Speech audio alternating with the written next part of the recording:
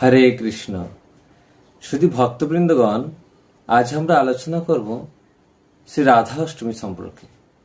কয়েকদিন আগে আমাদের জন্মাষ্টমী গেল, তাই এখন সেই রাধা অষ্টমী উপস্থিত হয়েছে। তো এই জন্মাষ্টমী থেকেও রাধা অষ্টমী আরো অধিক গুরুত্বপূর্ণ বা মহত্বপূর্ণ। তো জন্মাষ্টমী করলে যেমন 22,000 একাদশীর ফল লাভ হতো, কিন্তু রাধা অষ্টমী করলে তার থেকে অধিক ফল লাভ করা যায়।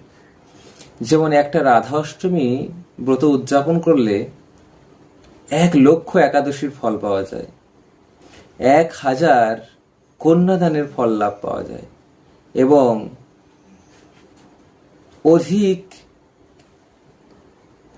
অধিক রাশি স্বর্ণদানের ফল লাভ পাওয়া যায় কেবলমাত্র এই একটা রাধা অষ্টমী ব্রত উদযাপন করলে। তাই রাধা অষ্টমী ব্রত খুবই মহত্বপূর্ণ এবং খুবই গুরুত্বপূর্ণ। তাই প্রত্যেক ভক্তের কর্তব্য এই রাধা অষ্টমী ব্রত পালন করা। আর এই রাধা অষ্টমী ব্রতটি এবছর 2024 সালের সেপ্টেম্বর মাসের 11 তারিখ বুধবার দুপুর 12টা পর্যন্ত সারা বিশ্বে উদযাপিত হচ্ছে। তো আসুন সেই রাধারানী সম্পর্কে আজ আমরা কিছু আলোচনা করি। তো শ্রীমতী রাধারানী এই ভৌতিক জগতের বৃন্দাবনে দাপর যুগে উনি যখন আবির্ভূত হয়েছিলেন, তখন ছিল ভাদ্র মাস শুক্লপক্ষ অষ্টমী তিথি এবং অনুরাধা নক্ষত্র। তখন তিনি আবির্ভূত হয়েছিলেন। কোথায় আবির্ভূত হয়েছিলেন? না, বার্সনার রাভেল গ্রামে বিশ্বভানু রাজা ও কীর্তিদা মাতার গর্ভে উনি আবির্ভূত হয়েছিলেন। তো এটি হচ্ছে শ্রীমতী রাধা ঠাকুরানীর বা শ্রীমতী রাধারানীর ভৌম বৃন্দাবনের আবির্ভাব লীলা। তো এখন আমরা জানব শ্রীমতী রাধারানী গোলক বৃন্দাবনে, যেখানে তিনি নিত্য লীলাবিলাস করছেন, সেই গোলক বৃন্দাবনে তার আবির্ভাব রহস্য। তো একদা এক সময় জগৎপতি ভগবান শ্রীকৃষ্ণ রাসমণ্ডলে অপেক্ষা করছিলেন। তো সেই রাসমণ্ডলের একটি পর্বত রয়েছে, সেই পর্বতটির নাম শতশৃঙ্গ পর্বত। আর এই শতশৃঙ্গ পর্বতটি আমাদের ভৌম বৃন্দাবনের সেই গিরি গোবর্ধন পর্বত হয়ে এসেছে পরবর্তীতে। তো সেই রাসমণ্ডলে রয়েছে একটি শতশৃঙ্গ পর্বত।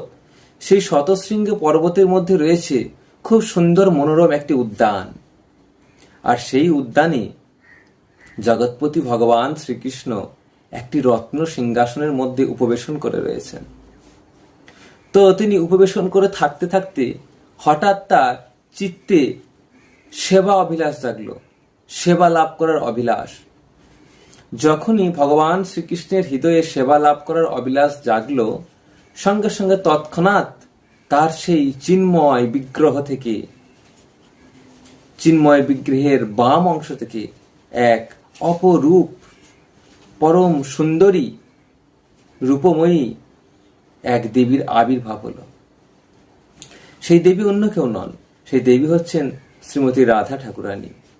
তো সেই দেবী, সুন্দরী রূপময়ী রূপবতী দেবীর আবির্ভাব হয়েই তিনি ভগবান শ্রীকৃষ্ণের বাম পাশে উপবেশন করলেন। তো বাম পাশে উপবেশন করার পর ভগবান শ্রীকৃষ্ণ তাকে তার সমস্ত দায়িত্ব বোঝানোর জন্য তার কাছে সেবার অভিলাষ করলেন। ভগবান যখন তার কাছে সেবা অভিলাষ করলেন, তৎক্ষণাৎ সেই পরম সুন্দরী দেবী কি করলেন?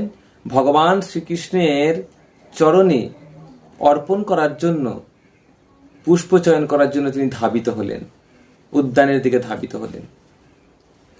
তাই এখান থেকে বোঝা যায় যে শ্রীমতী রাধারানী রাসমণ্ডল থেকে উদ্ভূত হয়েছেন এবং ভগবানের সেবা করার অভিলাষে তিনি পুষ্প চয়ন করার জন্য ধাবিত হয়েছেন।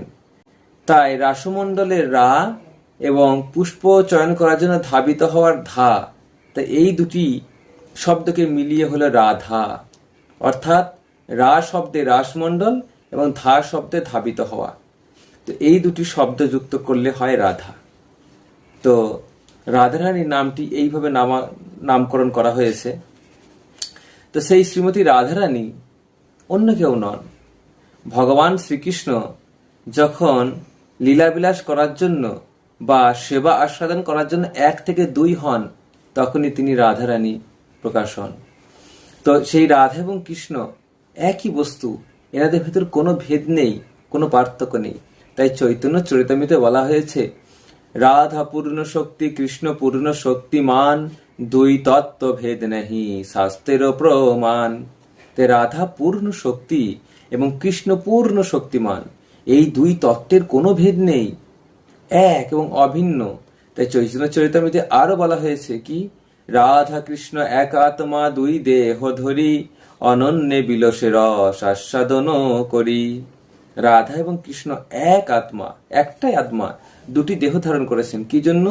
অনন্যে বিলসে রস আস্বাদন করি, রস আস্বাদন করার জন্য, লীলা আস্বাদন করার জন্য তারা 1 থেকে 2 হয়েছেন। রাধা এবং কৃষ্ণ একই বস্তু, রাধা কৃষ্ণ নহে অন্য।